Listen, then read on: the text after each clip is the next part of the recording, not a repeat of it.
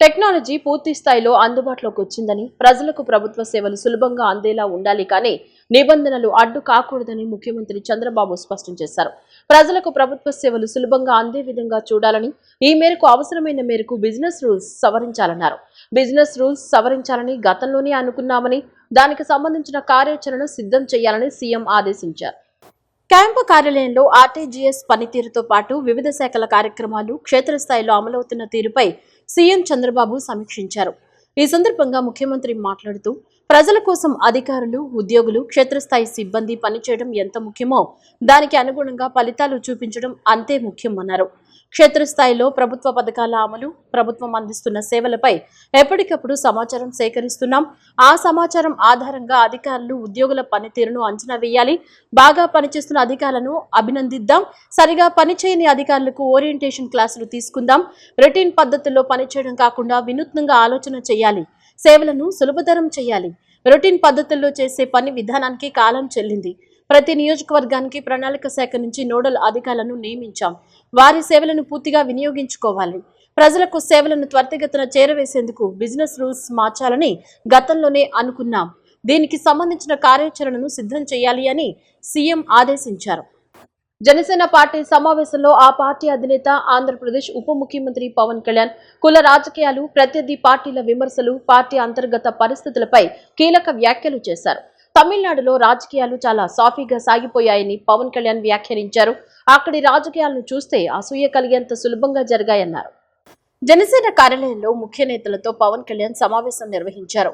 ఈ సందర్భంగా నాయకులతో మాట్లాడుతూ, తాను పదే పదే కులం గురించి మాట్లాడుతున్నానని కొందరు విమర్శిస్తున్నారని పేర్కొన్న పవన్, తాను ఎప్పుడైనా కుల నాయకుడిని చెప్పానా? మిగతా పార్టీ నేతలు కులం గురించి మాట్లాడడం లేదా అంటూ ప్రశ్నించారు. కులాలను రెచ్చగొట్టే మనస్తత్వం సమాజానికి మంచిది కాదని సూచించారు. కేంద్ర హోంమంత్రి అమిత్ షాతో జరిగిన చర్చలపై కూడా ఆయన స్పందించారు. తాను అమిత్ షాతో మాట్లాడిన విషయాలు బయట వాళ్లకు ఎలా తెలుస్తాయి? ఏపీ బీజేపీ నేతలు ఎందుకు స్పందించలేదు? వైసీపీ నేత జైలుకెళ్లాలని తాను ఎందుకు కోరుకుంటాను? ఒక నాయకుడు జైలుకెళితే జనసేన ఎదుగుతుందా అంటూ వ్యాఖ్యానించారు. కేంద్ర హోంమంత్రితో రాష్ట్ర అభివృద్ధి అంశాలపైనే మాట్లాడతాం. ఇలాంటి ఆరోపణలు చేయడం వ్యవస్థను అవమానపరచడమేనని పవన్ అన్నారు. తాను అమిత్ షాను కలిసింది ఆంధ్రప్రదేశ్ అభివృద్ధి కోసమేనని స్పష్టం చేశారు. తాను అన్నింటికీ తెగించే రాజకీయాల్లోకి వచ్చాను. శత్రువు బలంగా ఉన్నప్పుడే ఎదుర్కొంటా, బలహీనులను కాదు అని వ్యాఖ్యానించారు. తమకు కూడా కోపాలు, బాధలు ఉంటాయని, చూస్తూ ఊరుకుంటామని అనుకోవద్దు. దేనికైనా ఒక హద్దు ఉంటుంది. భరిస్తాం, సహిస్తాం, అవసరమైతే తాట తీస్తాం అంటూ పవన్ హెచ్చరించారు. పదవులు వచ్చిన తర్వాత చాలా మంది జనసేన నాయకులు మెత్తబడిపోయారని, అలాంటి నాయకులు జనసేనకు అవసరం లేదని డిప్యూటీ సీఎం పవన్ కళ్యాణ్ స్పష్టం చేశారు. మీ ఎదుగుదల కోసం నన్ను వాడుకోవద్దు. శత్రువులు బయట ఎక్కడో లేరు, మన పార్టీలోనే ఉన్నారు అంటూ పవన్ కీలక వ్యాఖ్యలు చేశారు. జనసేనలో ఉండగలిగే వాళ్ళు మాత్రమే పార్టీలో ఉండండి అని స్పష్టం చేశారు. తాను టీడీపీ కోసం కాదు, రాష్ట్రం కోసం సర్దుకుపోతున్నా అంటూ వ్యాఖ్యానించారు. ఇకపై జనసేన కట్టుదిట్టంగా వ్యవహరిస్తుందని, వ్యక్తిగతంగా విమర్శిస్తే అదే స్థాయిలో బదులిస్తామని పవన్ కళ్యాణ్ హెచ్చరించారు. చాలామంది మహానుభావులు, మేధావులు చదివి చదివి చదివి పుస్తకాలు పురుగులైపోయి యాక్షన్ లేకుండా అనాలిసిస్కే పరిమితం అయిపోయి ఇళ్లలో మగ్గిపోతారు. సో నేను ఎంత నేర్చుకునే పెట్టుకొని నేను ఏదో ఒక టైంలో దూకేద్దాం పాలిటిక్స్ని దూకేసాను. పాలిటిక్స్కి నేను ఎప్పుడు వచ్చాను పాలిటిక్స్కి? One was in early 30s. నాకు ఇప్పుడు అర్థమవుద్ది. నేను చాలా చిన్న, నేను అసలు అవగాహన లేకుండా ఏది కూర్చోబెట్టంటే అప్పటికే నేను చాలా ఏమంటుందని జీవితాన్ని చూసేసాను అనుకున్నాను. ఇప్పుడు అనుకుంటాను, జీవితాన్ని చూసి పార్టీ పెట్టాను అనుకుంటాను. ఆ టైంలో 2007లో సిపిఎఫ్ పెట్టినప్పుడు same political commitment, same political ideology. అంటే ఈ దేశంలో సగటు మనిషి బలంగా ఉండాలి. ఈ దేశంలో సగటు మనిషి కష్టం వస్తే వాడు చెప్పుకోగలగాలి. ఒక ఎమ్మెల్యే ఉన్నా, ఎంపీ తెలిసినా, నాకు ఒక వార్డు మెంబర్ తెలిసినా తెలియకపోయినా సగటు మనిషి వ్యవస్థలకు నిలబడాలి, వ్యవస్థలు అతను న్యాయం చేయాలి. ఇలాంటి ఈరోజు చాలా ఏమైపోయింటే సహజంగా మనకు రావాల్సిన హక్కులు ఇచ్చేవాళ్ళు ఎవరు లేరు. మనకి తెచ్చుకోవాలి, ఇవన్నీ సాధించుకోవాలి, పోరాట సాధించుకోవాలి. ఇలాంటి 100 సమస్యలు ఇవన్నీ కూర్చోబెట్టి నన్ను ఆలోచించి ప్రేరణ కలిగించి ఇక్కడ దాకా నువ్వు ముఖ్యమంత్రి అవ్వలేదు చావు కొట్టేశారు ఈ మధ్యన. అసలు మన సామాజిక పరిస్థితులు ఎలా ఉంటాయి చెప్పండి? అసలు ఉన్న స్టేటే ఒకటి, అది లింగ్విస్టిక్ స్టేట్ని అమరజీవి పొట్టి శ్రీరాములు గారు ఏర్పాటు చేస్తే తమిళనాడు నుంచి చిత్తకొట్టి పంపించారు. తెలంగాణకి ఏమో కనెక్ట్ అవ్వలేదు, విడిపోయాం. పోనీ తమిళనాడుతో కుదరలేదు, తెలంగాణతో కుదరలేదు, కనీసం ఆంధ్ర వాళ్ళతో కుదురుద్దా అంటే 3 క్యాపిటల్స్ ఉంటారు ఒకళ్ళు. పోనీ అది అయిపోయింది అనుకుంటే అంటే ఏకాభిప్రాయం లేదు ఇక్కడ. మరి ఇలాంటి పరిస్థితుల్లో నేను నా గురించి ఆలోచించుకుని నాకు అసలు నిజంగా నాకు సూపర్ స్టార్టమ్ ఈ రోజుకి నేను కూర్చోబెట్టి నాకు సినిమాలకు వెళ్ళిపోతే మళ్ళీ నాకు ఓజీలా కష్టపడితే ఓజీ లాంటి సినిమాలు చేసుకోగలను. బట్ నాకు ఇష్టం సినిమాల కంటే కూడా జనం తాలూకు కష్టాలు, బాధలు, ఏడుపులు. ఒక డాక్టర్ చదివి ఎండి చదివి ఒక స్పెషలిస్ట్ అవ్వాలంటే 7 సంవత్సరాలు 8 సంవత్సరాలు చదవాలి. అలాంటిది ఒక పాలిటీషియన్ ఏమవ్వకుండానే కూర్చోబెట్టి పార్టీ పెట్టి అయిపోద్ది ఎలా అని నాకు నేను నేర్చుకున్నాను. పాలిటిక్స్ నడపటం, వ్యవస్థ నడపటం, మనుషులు మాట్లాడటం, తిట్టించుకోవటం, ఎదురుదాడి ఎదురుకు కౌంటర్స్ ఇవ్వటం. నువ్వు వస్తే ఎంత చండాలంగా ఉంటుందంటే నీ ఇంట్లో ఆడబిడ్డలను కూడా మేము ఇంత నీచంగా మాట్లాడతాం. మన సంస్కారం వాళ్ళ మనుషులు ఎవరిని అనడానికి ఒప్పుకోదు. ఇవన్నీ తట్టుకొని ఇప్పుడు నన్ను తిడుతుంటే నా మైండ్ ఎట్లా అయిపోయిందంటే రాటు తెలిపోయింది నాకు లోపల, స్పందన పోయింది నాకు. అంటే ఎంత కన్వీనియంట్గా ఉంటాయి పాలిటిక్స్ అంటే. మన ఈ మధ్యన ఒక విశ్లేషకులు ఒక ఆయన, నేను అమిత్ షా గారు మాట్లాడుకుంటున్నామంటే ఆయన పక్కనే ఉండి విన్నట్టుగా మాట్లాడారు. అంటే నాకు ఆయన అంటే చాలా గౌరవం, చాలా గౌరవం. ఎందుకంటే ఆయన ఇంట్లో పెళ్ళికి కూడా వెళ్ళాను నేను. ఓకే, ఎవరి అభిప్రాయాలు ఉండొచ్చు, నిజంగానే పాలసీ పరంగా మాట్లాడటం విశ్లేషణ వేరు, హియర్సే అనేది విశ్లేషకులు మాట్లాడకూడదు. ఇప్పుడు పలానోళ్ళు చెప్పారు నాకు అథారిటీ, వాళ్ళు ఎవరు చెప్పలేరు. ఈ సభాముఖంగా నేను మీకు ఒకటి చెప్పదలుచుకున్నా, మనకి ఎక్కడ ఉంది పార్టీ నడపడానికి శక్తి? ఆంధ్రప్రదేశ్లోని సముద్ర తీరం అభివృద్ధికి సమగ్ర విజన్ ప్లాన్ తయారు చేయాలని ముఖ్యమంత్రి చంద్రబాబు నాయుడు ఆదేశించారు. ఆర్థిక కార్యకలాపాల కేంద్రంగా కోస్తాంధ్ర తీరం మారేలా ఈ ప్రణాళికలు ఉండాలని సీఎం సూచించారు. క్యాంపు కార్యాలయంలో సముద్ర తీర అభివృద్ధికి సంబంధించి నిపుణులు, అధికారులతో సీఎం సమావేశమయ్యారు. ఏపీలో ఉన్న 1000 కిలోమీటర్ల సుదీర్ఘ తీర ప్రాంతంలో అభివృద్ధి ప్రాజెక్టులు, పెట్టుబడులు, ఉద్యోగ ఉపాధి అవకాశాలు, మత్స్యకారులకు కలిగే ప్రయోజనాలపై పూర్తి స్థాయి అధ్యయనం నిర్వహించాలని సీఎం స్పష్టం చేశారు. ప్రస్తుతం ప్రపంచవ్యాప్తంగా బ్లూ ఎకానమీలో భాగంగా సముద్ర ఆర్థిక వ్యవస్థ గురించే చర్చ జరుగుతోందని, అపారమైన వనరులని వెలికితీస్తే విస్తృత ప్రయోజనాలు దక్కే అవకాశం ఉందని ముఖ్యమంత్రి అన్నారు. ఏపీలో ఆక్వాకల్చర్ అభివృద్ధి చేశామని, రొయ్యలు, చేపల సాగు, ఎగుమతుల్లో ఏపీ నెంబర్ 1 స్థానంలో ఉందన్నారు. ఆక్వాకల్చర్లో వాల్యూ అడిషన్ జరగాలని ముఖ్యమంత్రి నిర్దేశించారు. దీంతో పాటు ఆక్వా వ్యర్థాలు కాలుష్యకారకంగా మారి పర్యావరణానికి హాని కలిగిస్తున్నాయని అన్నారు. ఈ సవాళ్లను పరిష్కరించేలా పూర్తి స్థాయి అధ్యయనం చేయాలని ముఖ్యమంత్రి సూచించారు. అమరావతి నిర్మాణంపై వైసీపీ వ్యాఖ్యలపై తీవ్ర ఆగ్రహం వ్యక్తం చేసిన మంత్రి నారాయణ, తెలంగాణ సెక్రటేరియట్, పార్లమెంట్ నిర్మాణ లెక్కలను తప్పుగా చెబుతూ ప్రజలను పక్కదోవ పట్టిస్తున్నారని మండిపడ్డారు. జనం నవ్వుకుంటున్న మావిగనంటూ పట్టుకుని వేలాడుతున్నారని ఆగ్రహం వ్యక్తం చేశారు. రాత్రి వేళలో శరవేగంగా జరుగుతున్న అమరావతి నిర్మాణ పనులను పరిశీలించిన మంత్రి నారాయణ ఆల్ ఇండియా సర్వీస్ అధికారులు నివాసాలు, ఐకానిక్ టవర్స్ నిర్మాణాలు పరిశీలించారు. ఈ సందర్భంగా మంత్రి నారాయణ మాట్లాడుతూ, అమరావతిలో అసెంబ్లీ, హైకోర్టు, ఐకానిక్ టవర్స్ అధికారుల భవన నిర్మాణం శరవేగంగా జరుగుతున్నాయని, ఐఏఎస్ అధికారుల కోసం నిర్మిస్తున్న 6 టవర్స్ లో చాలా వరకు పనులు పూర్తయ్యాయని చెప్పారు. జూన్ నుంచి దశల వారీగా భవనాలను జీఏడీకి హ్యాండ్ ఓవర్ చేస్తామని తెలిపారు. మొత్తం 30,760 మంది రైతులు 35,059 ఎకరాలు భూములు ఇచ్చారు. అందులో 30,079 మంది రైతులకు ఇప్పటికే ప్లాట్లు అలాట్ చేశామని, ఇంకా కేవలం 681 మంది రైతులకు చెందిన 524 ఎకరాలు మాత్రమే పెండింగ్ లో ఉన్నాయని చెప్పారు. మొత్తం 63,342 కమర్షియల్, రెసిడెన్షియల్ ప్లాట్ల రిజిస్ట్రేషన్ పూర్తయిందని, 7,482 రిజిస్ట్రేషన్లు మాత్రమే పెండింగ్ లో ఉన్నాయని పేర్కొన్నారు. ఈ క్యాపిటల్ సిటీలో ట్రంక్ రోడ్స్ కావచ్చు, 350 కిలోమీటర్ల లెంత్, అదేవిధంగా లేఅవుట్స్ రోడ్స్ 1500 కిలోమీటర్స్ కావచ్చు, అధికార భవనాలు ఏదైతే 4,026 కావచ్చు, అదేవిధంగా ఈ ఐకానిక్ టవర్స్ 5 టవర్స్ కావచ్చు, అసెంబ్లీ, హైకోర్టు, ఇవన్నీ కూడా ఎంతో వేగవంతంగా వర్క్ జరుగుతున్నాయి. అయితే ఇంత వర్క్ జరుగుతుంటే గత ముఖ్యమంత్రి ఏం మాట్లాడుతున్నారో ఆయనకే తెలియదు, వాళ్ళకే తెలియదు. ఎందుకంటే ఎంతో వేగవంతంగా జరుగుతున్నాయి. ఇంకా కూడా మావిగన్ అని ఎందుకు మాట్లాడుతున్నారో తెలియదు. భారతదేశంలో ఎక్కడ తెలుగువాడున్నా ఈరోజు అమరావతి కన్స్ట్రక్షన్ గురించి డిస్కస్ చేసుకున్నారు. బ్రహ్మాండంగా జరుగుతుందని.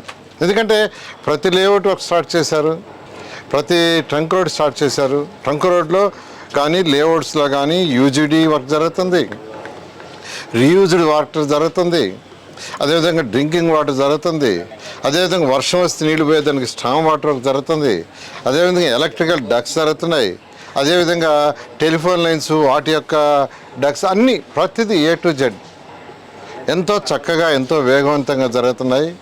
అదేవిధంగా ఐకానిక్ టవర్స్ జరుగుతున్నాయి. అధికార భవనాలు యాక్చువల్లీ ఇవాళ నేను IAS ఆఫీసర్ల యొక్క టవర్స్ ఏదైతే టవర్స్ 6 టవర్స్ ఉన్నాయో విజిట్ చేశాను. ఆల్మోస్ట్ వర్క్ వచ్చింది. ఒక కబోర్డ్స్ కొంత బిగిస్తున్నారు. ఈ కబోర్డ్స్ 6 టవర్స్లో కొన్ని టవర్స్ పూర్తి అయిపోయినాయి. నేను విజిట్ చేసిన టవర్ పూర్తి అయిపోయింది. ఆల్మోస్ట్ వర్క్ వచ్చింది. ఒక కబోర్డ్స్ కొంత బిగిస్తున్నారు. ఈ కబోర్డ్స్ 6 టవర్స్లో కొన్ని టవర్స్ పూర్తి అయిపోయినాయి. నేను విజిట్ చేసిన టవర్ పూర్తి అయిపోయింది. మరికొన్ని టవర్లు బహుశా ఇంకొక 1 వీక్ 10 డేస్లో పూర్తి అవుతున్నాయి. ఎమ్మెల్యేలది అయితే ఆల్మోస్ట్ అయిపోయింది. MLC టవర్ జరుగుతుంది.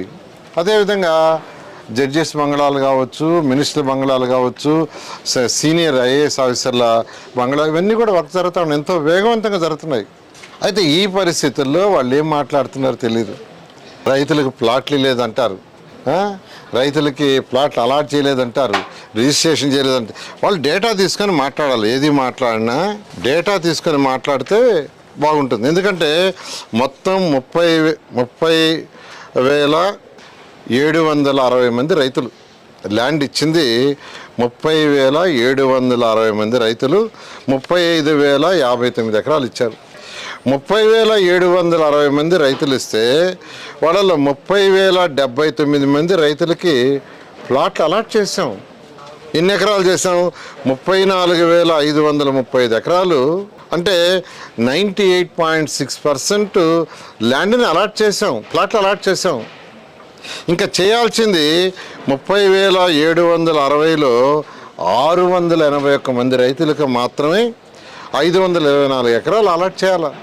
వైసీపీ అధినేత మాజీ సీఎం జగన్ రాష్ట్రానికి హనీమూన్ నాయకుడు అంటూ రాష్ట్ర రోడ్డు రవాణా శాఖ మంత్రి మండిపల్లి రాంప్రసాద్ రెడ్డి తీవ్ర విమర్శలు గుప్పించారు. పాత సారాను కొత్త సీసాలో నింపినట్లే జగన్ రాజకీయాలు చేస్తున్నారన్నారు. కూటమి ప్రభుత్వం అమలు చేస్తున్న అభివృద్ధి సంక్షేమ కార్యక్రమాలను ఓర్వలేక ప్రతిరోజు విమర్శలు చేస్తున్నారని మండిపడ్డారు. విజయలక్ష్మి మినరల్స్ నుంచి భారతీ సిమెంట్స్, సండూర్ పవర్ వరకు అక్రమాల సామ్రాజ్యంగా విస్తరించిందని ఆరోపించారు. దోపిడీ, బెదిరింపులు, మోసాలతో సంపాదించిన డబ్బుతో రాజకీయంగా ఎదిగారని విమర్శించారు. ప్రజలు జగన్ను ఇక విశ్వసించే పరిస్థితి లేదని పేర్కొన్నారు. అధోగతి పాలైన రాష్ట్రాన్ని గాడిలో పెట్టి అభివృద్ధి వైపు నడిపిస్తున్న మా ముఖ్యమంత్రికి మరొకసారి 2 సంవత్సరాలు ధన్యవాదాలు తెలియజేసుకుంటున్నా. ముఖ్యంగా ఈరోజు ఈ పాత్రికేయ సమావేశం ఎందుకంటే మన రాష్ట్రంలో ఏ రాష్ట్రానికి లేని అపోజిషన్ లీడర్ ఒక ఆయన ఉన్నారు. హనీమూన్ నాయకుడు అంటారు ఆయన్ను. కేవలం ఒక ప్రతిపక్ష నాయకునిగా ఈ 24 నెలల్లో ఒక 10-15 సార్లు మాత్రమే పత్రికా సమీక్షలు అలాగే ప్రెస్కు ఆయన ఇంటర్వ్యూలు ఇవ్వడం జరుగుతూ ఉంది. దానిలో ప్రతి ఒక్కసారి బయటకు వచ్చినప్పుడల్లా ఒక్కో విషయాన్ని పాత సారాయిని కొత్త సీసాలో పెట్టి మార్కెటింగ్ చేసినట్టు, రాష్ట్రంలో గత 40 సంవత్సరాల్లో జరిగిన సంఘటనలు ఈ రాష్ట్రంలో ఉన్న ప్రజలకు తెలియవన్నట్టు కొత్తగా ప్రజల మీద రుద్దే పరిస్థితి తీసుకొచ్చిన ఘనత ఆనాటి ముఖ్యమంత్రి ఈరోజు ప్రతిపక్ష నాయకుడు జగన్మోహన్ రెడ్డి గారికే దక్కింది. ముఖ్యంగా జగన్మోహన్ రెడ్డి గారు ఈరోజు ఈ ప్రభుత్వం చేస్తున్న అభివృద్ధి సంక్షేమ పథకాలను ఓర్వలేక ప్రతి ఒక్కసారి మీడియా సమావేశం ఏర్పాటు చేసినప్పుడు మా ముఖ్యమంత్రి గారి మీద అక్కస్తో ఏదో ఒక తప్పుడు ప్రచారం చేసి దానికి శ్రీకారం చుడుతూ ఉంటారు. కొత్తగా లేటెస్ట్గా 4 రోజుల ముందు ఆయన ఇంగ్లాండ్ టూరు ముగించుకొని వస్తానంటే ఒక ప్రెస్ మీట్ ఏర్పాటు చేయడం జరిగింది. దానిలో కొత్తగా మా తాతగారిని చంపింది, మా తండ్రి గారిని చంపింది, అలాగే మా చిన్నాన్నని చంపింది ఎవరో మీకు తెలుసా అనే విధంగా పత్రికా సమావేశంలో చెప్పడం జరిగింది. రాష్ట్రంలో కాదు యావత్ భారతదేశంలో తెలుగు వాళ్ళు ఎక్కడున్నా కూడా ఈ రాష్ట్రంలో జరిగిన సంఘటనల గురించి ప్రతి ఒక్క తెలుగువాడికి తెలుసు. చంద్రబాబు నాయుడు గారు నేరాలకు ప్రోత్సహిస్తారా, నేరాలకు దగ్గరగా ఉంటారనేది ప్రతి ఒక్కరికి తెలుసు. శాంతి కాముకుడు, అభివృద్ధి తప్పక రెండో విషయం తెలియని నాయకుడు ఎవరైనా ఈ రాష్ట్రంలో రాజకీయ నాయకుడు ఉన్నారంటే అది కేవలం చంద్రబాబు నాయుడు గారే. కాబట్టి ఇంత సుదీర్ఘంగా 4వ పర్యాయం కూడా ముఖ్యమంత్రిగా చేయడం జరుగుతూ ఉంది. ఈ విషయానికి వస్తే మొన్న జగన్మోహన్ రెడ్డి గారు మాట్లాడిన విషయాలు 2-3 మీ దృష్టికి తీసుకొని వస్తా. గతంలో జరిగిన హత్యలకు తెలుగుదేశం పార్టీకి మా నాయకత్వానికి ఏ విధమైన సంబంధాలు ఉన్నాయని మేము అడుగుతున్నాం. ఇంద్రకీలాద్రిపై కొలువు తీరిన శ్రీ కనకదుర్గమ్మ ఆలయ ఘాట్ రోడ్డును తాత్కాలికంగా మూసివేస్తున్నట్లు దేవస్థానం ఉన్నతాధికారులు వెల్లడించారు. అత్యవసర మరమ్మత్తు పనుల కారణంగా ఈ నిర్ణయం తీసుకున్నట్లు వివరించారు. ఈ ఆంక్షలు నేటి నుంచి అమలులోకి వస్తాయని స్పష్టం చేశారు. ఈ ఘాట్ రోడ్ మూసివేత సమయంలో భక్తులకు ఎటువంటి ఇబ్బందులు కలగకుండా ప్రత్యామ్నాయ ఏర్పాట్లు చేసినట్లు వివరించారు. అమ్మవారి దర్శనం కోసం ఇంద్రకీలాద్రిపైకి వెళ్లాలంటే కనకదుర్గా నగర్ మార్గం ద్వారా కొండపైకి చేరుకోవచ్చన్నారు. మెట్ల మార్గం లేదా లిఫ్ట్ సౌకర్యాన్ని కూడా వినియోగించుకోవచ్చని స్పష్టం చేశారు. మే 26వ తేదీ నుంచి జూన్ 12వ తేదీ వరకు ఈ ఘాట్ రోడ్డు మూసివేస్తామని శ్రీ దుర్గా మల్లేశ్వర స్వామి వార్ల దేవస్థానం అధికారులు స్పష్టం చేశారు. ఈ నెల 27, 28 తేదీల్లో జరిగే టీడీపీ మహానాడును పండుగ వాతావరణంలో నిర్వహించేందుకు సెంట్రల్ నియోజకవర్గంలో భారీ ఏర్పాట్లు చేస్తున్నట్లు ఎమ్మెల్యే బోండా ఉమా తెలిపారు. సెంట్రల్ నియోజకవర్గంలోని 11 క్లస్టర్లలో ఎల్ఈడీ స్క్రీన్లు, సౌండ్ సిస్టమ్స్, త్రాగునీరు, విద్యుత్ సదుపాయాలతో ప్రత్యేక ఏర్పాట్లు చేస్తున్నామన్నారు. మహానాడు పార్టీ కార్యకర్తలకు మహోత్సవం లాంటిదని, ఎన్టీఆర్ స్థాపించిన తెలుగుదేశం పార్టీ దేశ రాజకీయాల్లో ప్రత్యేక గుర్తింపు తెచ్చుకుందని పేర్కొన్నారు. ఈసారి రాష్ట్ర వ్యాప్తంగా క్లస్టర్ స్థాయిలో జూమ్, ఎల్ఈడీ స్క్రీన్ల ద్వారా మహానాడు ప్రత్యక్ష ప్రసారం ఏర్పాటు చేస్తున్నట్లు చెప్పారు.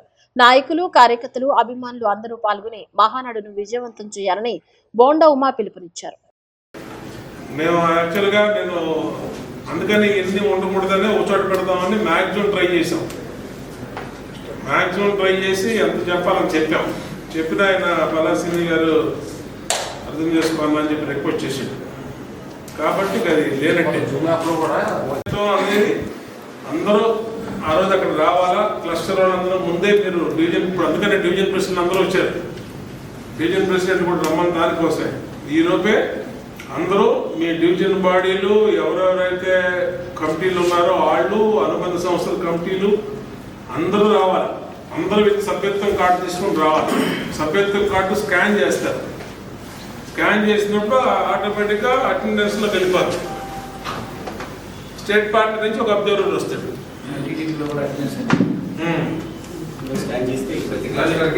అంతా ఇప్పుడు టెక్నాలజీలో మనకు అక్కడ కెమెరాలో కనబడిపోద్ది ఎంతమంది ఉంది ఏంటనేది. 2 స్క్రీన్లు, ఒకటేమో మనం చూస్తానికి, అక్కడ కమిటీలు ఎవరు మాట్లాడుతున్నారు, ఏం మాట్లాడుతున్నారు అనేది మనం చూస్తానికి. 2వ స్క్రీన్ కెమెరా మనం చూపెడతా ఉంటుంది. బులెటిన్లో షార్ట్